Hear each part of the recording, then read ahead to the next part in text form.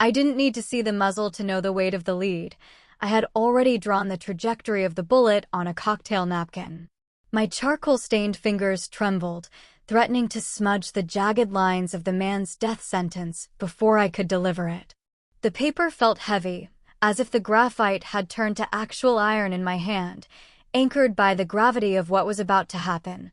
Around me, the Zenith Lounge pulsed with the neon heartbeat of soul, a low-frequency hum of tectonic wealth, the rhythmic clink of ice against crystal, and the soft, synthetic sigh of designer heels on polished marble. Outside, the rain lashed against the rooftop canopy, blurring the city into a watercolor of blues and grays. But inside, the air was static, electric, and utterly suffocating. I approached the corner booth like I was stepping into the frame of a tragedy. CO Juntake sat bathed in the clinical glow of the city lights, looking less like a man and more like a statue carved from obsidian. His black suit was a void that swallowed the room's light, sharp enough to cut, and expensive enough to buy my sister's entire future. His posture was a study in controlled power, back straight, jaw set, eyes focused on nothing and everything at once. He was a master of his domain, unaware that the shadow behind him had already moved to strike. To his right, Heian Choi was the picture of serene indifference. She leaned back in her silk dress, her pearl necklace glowing like a row of teeth in the dim light. She was scrolling through her phone, a faint, ghost-like smile playing on her lips that didn't reach her eyes. She looked like a wife bored by her husband's business. She wasn't. 5 minutes ago, I had seen the truth through the lens of my vocation. While sketching the room from the shadows of the service station, I hadn't looked at the people, I had looked at their reflections. In the mirror-polished brass of a decorative pillar, the world was inverted and honest. I saw Minho, the trusted secretary, standing 2 paces behind the booth. I saw him reach into the silk lining of his jacket. I saw the dull, matte finish of a silence barrel catching the light as he checked the chamber. In that brass reflection, he wasn't a loyal employee, he was a reaper in a tailored suit. I had 40 seconds to turn a sketch into a shield, or the man in the obsidian suit would become just another memory in my sketchbook. I have always lived my life through the tip of a pencil. To most people in the Zenith Lounge, I am just a shadow in a white apron, someone who refills water glasses and clears away crumbs without making a sound. They do not realize that while I am serving their expensive steaks, I am capturing their souls on paper. My sketchbook is full of the people the world forgets to look at: the tired cook in the kitchen, the lonely man at the bar, and the way light hits a wine glass. Drawing is how I breathe. It is also how I stay invisible. If I am busy sketching, I do not have to talk to anyone. I can just watch. My sister, Maya, calls it my artist's eye. She says I see things other people miss because they are too busy talking about money or power. Tonight, that I saved a man's life. It started with the brass pillars. The lounge is filled with them, tall, golden poles polished so brightly they act like mirrors. They reflect the neon lights of Seoul and the faces of the rich people sitting in the booths. I was standing near the service station, my charcoal pencil moving quickly across a small pad of paper. I was trying to capture the way the rain looked against the glass, but then my gaze drifted to the reflection in the pillar nearest to table 1. CO Juntake was sitting there, looking as calm as a frozen lake. He was powerful, the kind of man who didn't need to raise his voice to be heard. But in the reflection, I saw something he couldn't see. I saw Minho, the man who always stood behind him like a loyal shadow. Minho's hand was moving. It wasn't the movement of a man reaching for a phone or a pen. It was slow and careful.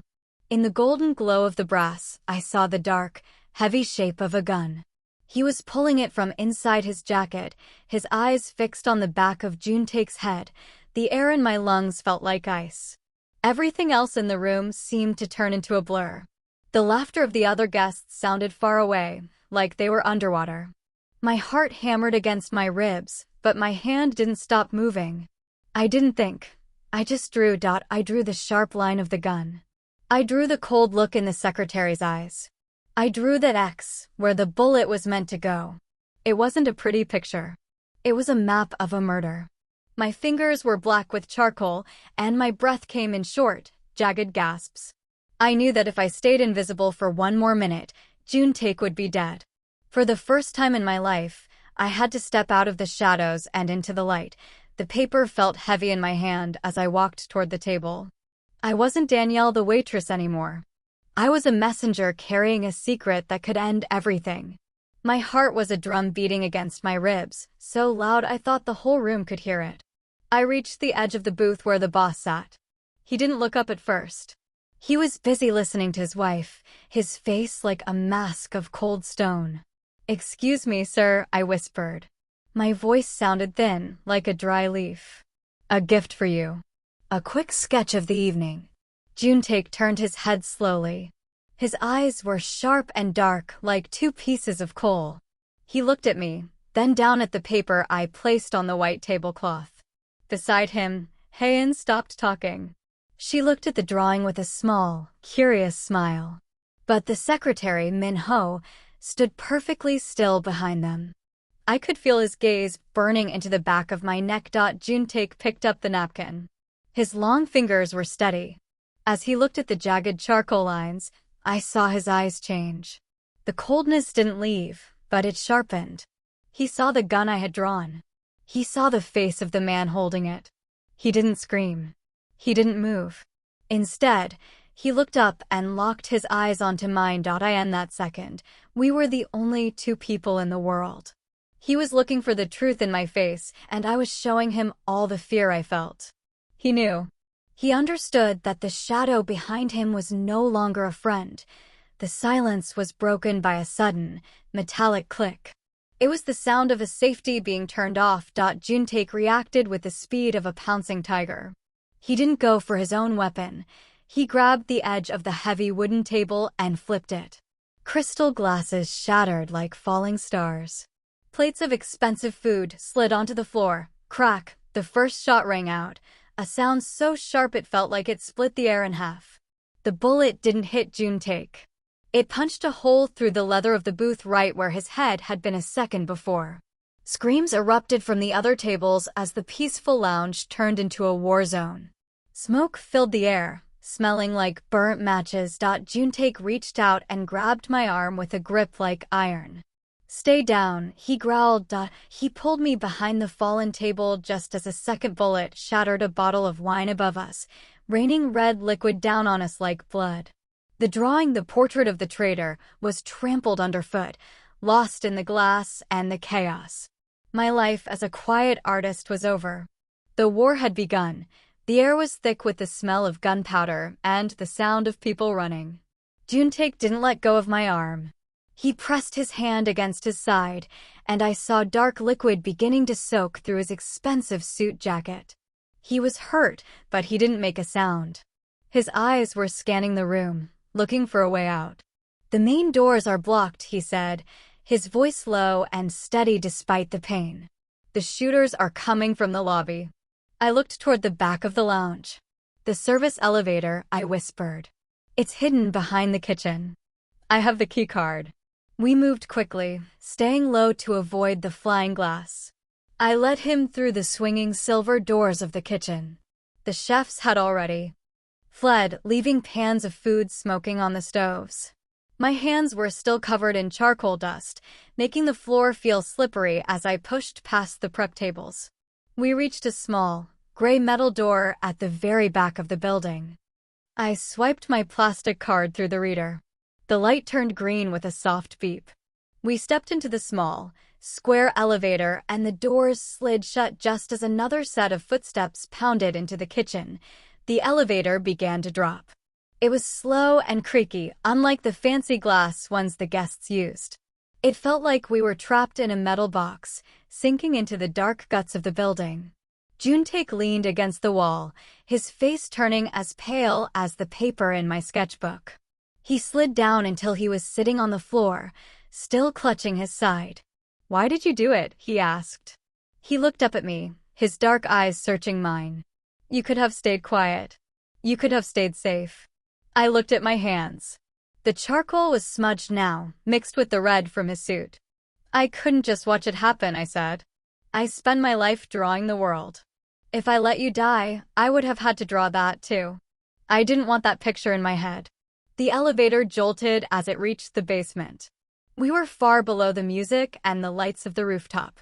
Down here, it was cold and smelled like wet concrete. I knew this part of the building better than anyone. I knew which halls led to the trash bins and which ones led to the hidden alleyway where the delivery trucks parked. I can get you to the street, I told him, helping him stand up. He was heavy and his breath hitched in his throat, but he nodded. We stepped out into the dark hallway. I was no longer just a girl who drew pictures. I was the only person who knew the way out. The city lights faded behind us as the black car climbed higher into the mountains. Juntae sat in the dark corner of the seat, his face half hidden in the shadows. He had a bandage over his wound now, but he still looked as dangerous as the jagged rocks outside the window. I stared at my reflection in the glass. I was still wearing my waitress uniform, but it was stained with charcoal and dust. I felt like a different person than the girl who had started her shift just a few hours ago.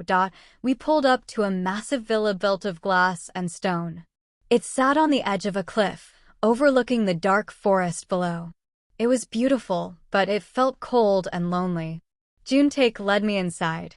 The floors were smooth marble, and the walls were covered in expensive paintings, but there were men in suits standing at every door. They didn't look like waiters, they looked like soldiers. This will be your home for now, Juntae said. His voice was tired but firm. It is safe here. My enemies do not know about this place. I looked around the grand room. There was a large balcony and a bed with silk sheets, but the windows didn't open more than an inch. I walked toward the front door, but a man with a scarred face stepped in my way. He didn't say anything, but his message was clear. I wasn't just being protected. I was being kept. When can I go home? I asked, turning back to Juntae. My sister is waiting for me. She will be scared if I don't show up. Juntae walked over to a small table and poured a glass of water. You saw too much, Danielle. The people who tried to kill me saw your face. If you go back to your apartment, they will find you. And if they find you, they will use you to get to me. He stepped closer, and I could smell the scent of wood smoke and expensive soap. You are a witness now. You are part of my world. Until I find the people who betrayed me, you stay where I can see you. I looked at my hands. I missed my sketchbook. I missed the quiet life where no one knew my name. I realized then that the villa wasn't just a house.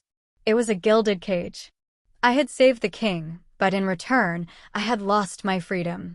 I was a guest in a palace, but the guards were not there to keep people out, they were there to keep me in. The morning sun hit the mountain villa, but I did not feel warm.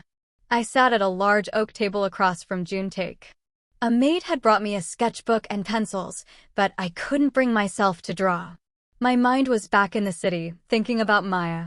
She was only 17, and her school meant everything to her. I need to call my sister, I said, my voice trembling. She is at her academy on a full scholarship. If I don't check in, she will call the police. Juntae didn't look up from his coffee. He looked calm, but there was a strange look in his eyes. Maya is safe, Danielle. She is at the academy right now, studying for her exams. She thinks you are away on a special work trip. I froze. How do you know her name? How do you know about her school? He set his cup down with a soft click. He reached into his pocket and pulled out a small, gold coin with a bird engraved on it. I gasped. I had seen that same bird on the letters Maya received every month. It was the logo of the foundation that paid for her books, her classes, and her future. The Bright Star Foundation is not a charity, Juntae said quietly. It is one of my companies. I have been watching your family for a long time. I saw your talent, and I saw your sister's hard work. I decided to make sure she had a path to success. My head felt like it was spinning. All this time, I thought we were lucky. I thought some kind stranger had seen Maya's grades and decided to help. But it wasn't a stranger. It was the man the world called a monster. Why? I whispered. Why us? Because loyal people are hard to find, he answered. He leaned forward, and his shadow stretched across the table toward me. I paid for her past, and I am paying for her future. But now you owe me. You saved my life last night, but I have been saving hers for years. The gratitude I felt yesterday turned into something heavy and cold in my stomach. It wasn't a gift. It was a debt. He hadn't just saved her. He had bought her. If I ran away, or if I stopped helping him, Maya's future would disappear in a second. You aren't just a guest, he reminded me, his voice as sharp as a blade. You are an investment. And I always protect my investments. I looked down at the blank sketchbook. He owned the pencils in my hand, the roof over my head, and the dreams of my sister. I was caught in his web, and the more I learned, the tighter the threads became. I wasn't just his witness anymore. I was his. The next evening, Juntaik led me into a room filled with glowing blue screens. It was his command center. The walls were covered in video feeds from his offices, his warehouses, and his private clubs. Dozens of men in suits moved across the monitors, talking in groups or walking down hallways. To most people, it just looked like a busy day at work. To Juntaik, it was a puzzle he couldn't solve. My security team has checked their phones and their bank accounts, Juntaik said. He looked tired, the dark circles under his eyes showing for the first time. Everything looks clean, but I know there are more traitors. Minho did not act alone. He pointed to a chair. You see things differently, Danielle. You see the lines and the shadows. Look at them. Tell me what your artist's eye sees. I sat down and began to watch. I didn't look at their faces or listen to what they were saying. Instead, I looked at their bodies. As an artist, I knew that a person's posture tells a story that their words try to hide. I watched how they stood when they thought no one was looking. There, I said, pointing to a man on the third screen. He was one of Juntaik's top bodyguards. Look at his shoulders. They are pulled tight toward his ears. And look at his feet. They are pointed toward the exit even when he is talking to his friends. I moved to another screen. And this man, the one in the gray suit. He is touching his neck every time someone mentions the shooting at the lounge. That is a nervous habit. He is trying to protect his throat because he feels guilty. Juntaik leaned in close. I could feel the heat from his body as he studied the screen. He wasn't looking at the math or the data anymore. He was looking at the art of the lie. They are out of frame, I explained, using a term from my drawing classes. They are trying too hard to look like they belong, but their balance is off. They are leaning away from you, Juntaik. Even in a video, they are trying to hide. I spent hours pointing out the small tells, a shaky hand, a forced smile, a heavy blink. By the time we were done, I had identified 3 more men who were part of the plot. I felt a cold shiver run down my spine. I was no longer just drawing reflections in brass pillars. I was drawing a map for Juntaik's revenge. You are more useful than any camera, Juntaik whispered. He looked at me with a mix of respect and something else, something that felt like a trap. I had used my gift to find the killers, but in doing so, I had become a part of the violence I used to only watch from afar. The villa was quiet, but it was the kind of quiet that made your ears ring. I was in the library, trying to sketch the view of the mountains, when the door creaked open. Hye-in Choi walked in. She wasn't wearing the black dress from the restaurant anymore. Instead, she wore a white silk robe that trailed behind her like a cloud. She looked beautiful, but her eyes were as sharp as broken glass. She didn't say a word at first. She just walked over to the shelf and ran a finger along the spines of the books. I felt my heart start to race. I remembered how calm she had been when the bullets started flying. She hadn't screamed. She hadn't even dropped her phone. You have a very dangerous gift, Danielle, she said. Her voice was smooth and sweet, like honey hiding a sting. My husband thinks you are a hero. He thinks you are a lucky star that fell into his lap. I set my pencil down. I just told him what I saw. Hye-in turned to face me. She leaned against a desk, crossing her arms. But why did you see it? Most people in this world look at the surface. They see the suit, the money, and the power. But you look at the reflections. You look at the things people try to hide. She stepped closer, and I realized she wasn't afraid of me. She was studying me. Do you think you know me, Danielle? Do you think you can draw my guilty posture, too? I looked at her, really looked at her. Her back was perfectly straight. Her hands were relaxed. She was too calm. It wasn't the calmness of an innocent person. It was the calmness of someone who had already decided how the story would end. I think you weren't surprised when the shooting started, I said, my voice barely a whisper. Everyone else ran. You just sat there. Hayen smiled, but it didn't reach her eyes. In this family, we are always waiting for the floor to drop. Juntae builds empires, but I am the one who makes sure the foundations stay strong. Sometimes, to keep a house from falling, you have to let a few rooms burn. She reached out and touched the edge of my sketchbook. Be careful what you draw, little artist. Sometimes the person holding the gun isn't the one you should fear. It's the person who bought the bullets. Before I could ask what she meant, she turned and left the room. I looked down at my paper. I had started to draw her, but my hand had slipped. I had drawn a spider web instead. I realized then that the secretary might have held the gun, but the web of betrayal went much deeper than I ever imagined. The grand ballroom was a sea of gold and velvet, filled with people wearing silk masks. I stood by Juntae's side, wearing a dress that cost more than my apartment. My face was hidden behind a silver mask shaped like an owl, but my eyes were wide open. I wasn't here to dance or drink champagne. I was here to be Juntae's radar. Remember what we practiced, Juntae whispered, his hand resting lightly on my waist. His mask was black and gold, making him look like a dark king. The men with the red roses in their pockets are my loyal guards. They are waiting for your signal. I scanned the crowd. The music was loud and the room was hot, but I forced myself to focus. I didn't look at the beautiful masks. I looked for the imperfect lines I had seen on the security screens. I saw a man near the fountain. He was dressed in a fine tuxedo, but he wasn't looking at the woman he was talking to. His head was tilted slightly, as if he were listening to an earpiece. His left hand kept twitching toward his waist, where a jacket shouldn't bunch up like that. The man by the water, I murmured, leaning into Juntae as if I were sharing a secret. 7 o'clock. His balance is forward, like he is ready to sprint. Juntae didn't turn his head. He just gave a small nod, and a guard with a red rose moved silently through the crowd toward the man. I spotted another one near the balcony. He was trying to act like a waiter, but he carried the tray with his fingers too stiff. He was watching the doors, not the guests. One by one, I tagged them. I used my artist's eye to see the tiny mistakes that made them stand out from the real guests.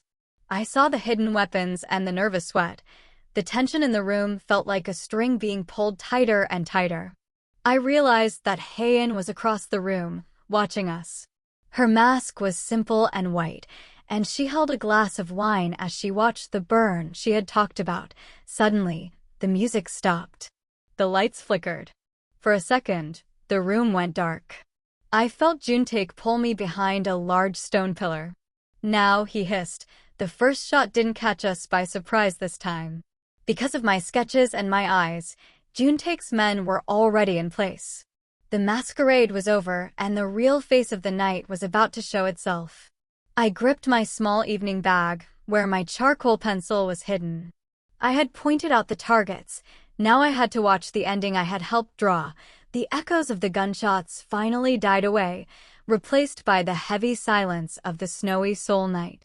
The ballroom was a wreck of broken glass and torn silk, but Juntae was still standing. In the center of the room, Minho lay on the floor, his hands zip-tied behind his back. He was no longer the powerful secretary.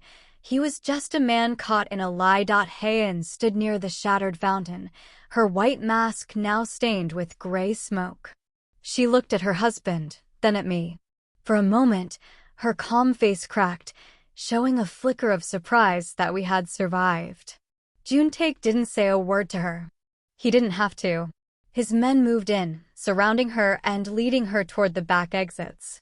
The burn she had talked about had finally reached her. Juntake turned to me. He took off his mask, and his face looked older, tired from the weight of his empire. He reached out and took the charcoal pencil from my hand. It was worn down to a nub. "It is over, Danielle," he said. "The traitors are gone. The foundation for your sister's school has been moved into a private trust. No one can ever touch it. Not even me." I felt a great weight lift off my chest. Maya was safe. Her dreams were locked away where the violence of this world could never reach them. But as I looked around the ruined room, I realized that I was still here. I wasn't the waitress from the lounge anymore. I was the person who had mapped out a war. "You can go back to your apartment now," Juntake said, though his eyes told a different story. "The debt is paid." I looked at the silver owl mask in my hand. I thought about my small, quiet life and the invisibility I used to love. But after seeing the world through the mirror's edge, I knew I couldn't go back to just being a ghost. I had found my power in the shadows. "No," I said, my voice finally firm and clear. "You still need eyes that see the truth, Juntake. And I still have much to draw." He smiled, a real smile this time, and pulled out a chair for me at the head of the table. I sat down, the cold marble feeling solid beneath my hands. I had traded my innocence to save my sister, and in the process, I had found where I belonged. Outside, the snow fell quietly over Seoul, covering the blood and the broken glass in a sheet of perfect white. It looked like a fresh page in a sketchbook, waiting for the first line to be drawn. I picked up a new pencil, ready to capture the story of the empire we would build together. Underneath the piece, the danger remained, but I wasn't afraid. I was no longer just watching the world. I was the one holding the pen.